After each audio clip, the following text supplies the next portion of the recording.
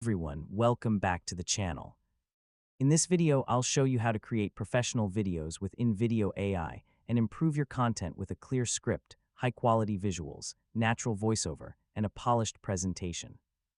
First, open InVideo AI and start a new video project. Before creating anything, decide on your topic, target audience, and the main goal of your video. Next, prepare a clear and well-organized prompt.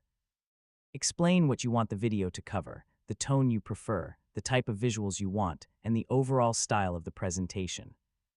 Once your prompt is ready, let InVideo AI generate the first version of your video. When the video is ready, preview it from beginning to end. Start by reviewing the script and make sure the information is accurate, useful, and easy to understand. Next, check the AI voiceover.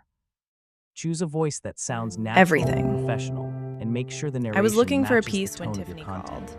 Now They had review the this visuals in every scene. from the archives.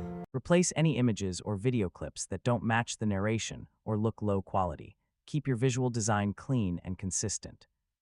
Avoid adding too many elements to one scene because a crowded layout can make the video harder to follow.